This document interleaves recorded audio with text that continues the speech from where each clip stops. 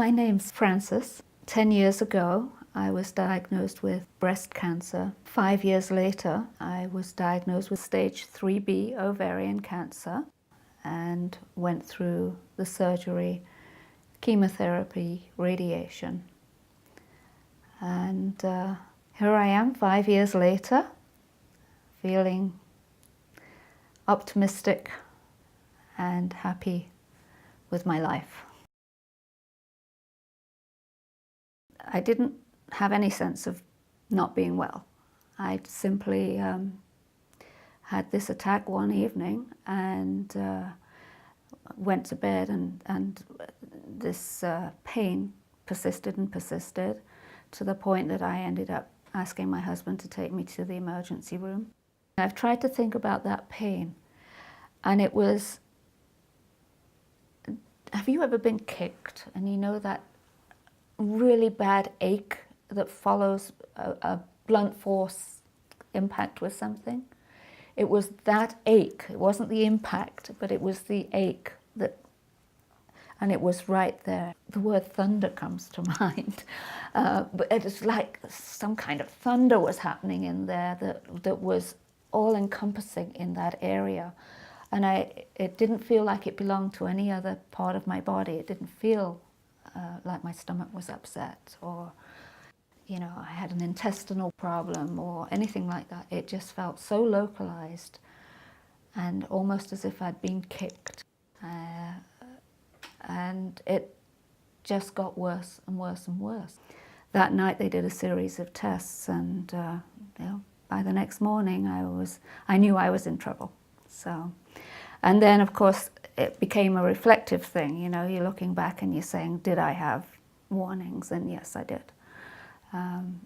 Because there was bloating, but I assumed that was because of my age, and frequent urination, but I drank a lot of bottled water, so that was no surprise.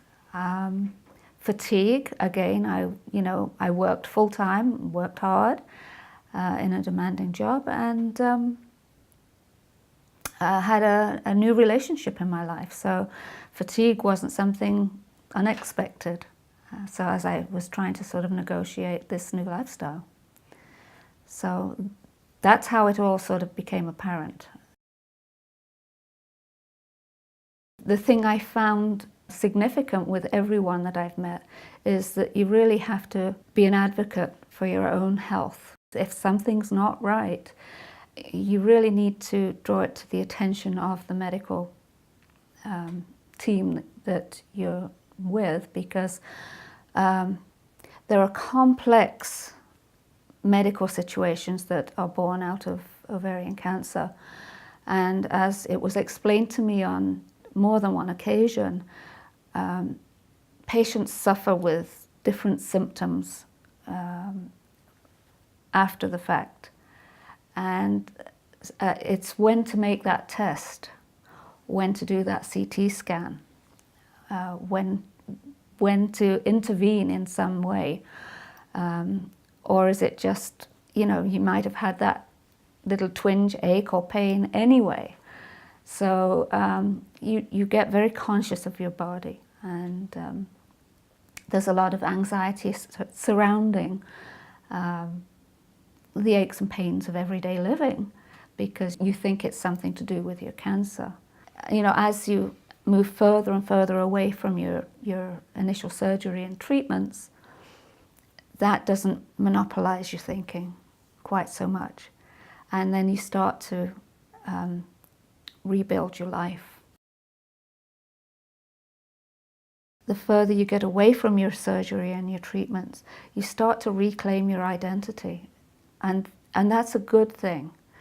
And when I became conscious that is what I was doing, is when I grew my hair back. Everybody loved my short hair, but I always felt like I had chemo hair. And so I made it a point to grow my hair, and for a long time I wore it, sort of blunt cut. And now I'm just growing it just to see if I can get back to where I was. Not likely to happen because my hair is so much thinner, but it's all part of trying to reclaim your identity and get back into life, get back into all your relationships, and not be completely swallowed up by the cancer experience. I did a lot of sleeping by day, and then of course sleepless nights, and where your mind can take you, and you have to, you know, I'm so grateful I had faith to lean on, because you do go down some pretty dark alleys when you're going through this, and you have to pull out of it, and you have to keep thinking forward. You know, everybody you meet in your family and your friends, and you're examining all your relationships and so on, and thinking, well, and I never made plans. You know, I never made plans more than a month ahead. And it was a funny thing, because last week I said to my husband, for the first time since I was diagnosed, you know what, we should plan out this year. We should get the calendar out. And I heard myself saying it.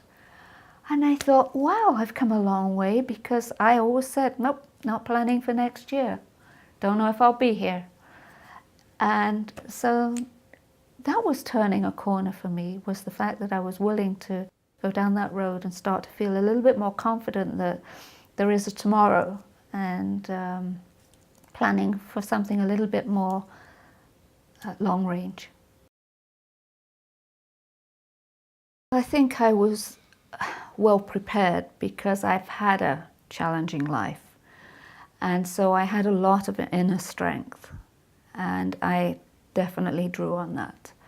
It's a funny thing, but you hate to let go of that I might die feeling. I don't know if it's a crutch when I say that, but it's also a wonderful thing to say, you know what, if I do, I do. And it won't happen just like that unless it's an accident, but I need to live my life fully. I don't worry about dying now, because I've lived with that notion for 5 years. You know, it would be with regret for the family and you know, everything else, but the fear factor about that happening to me is not there.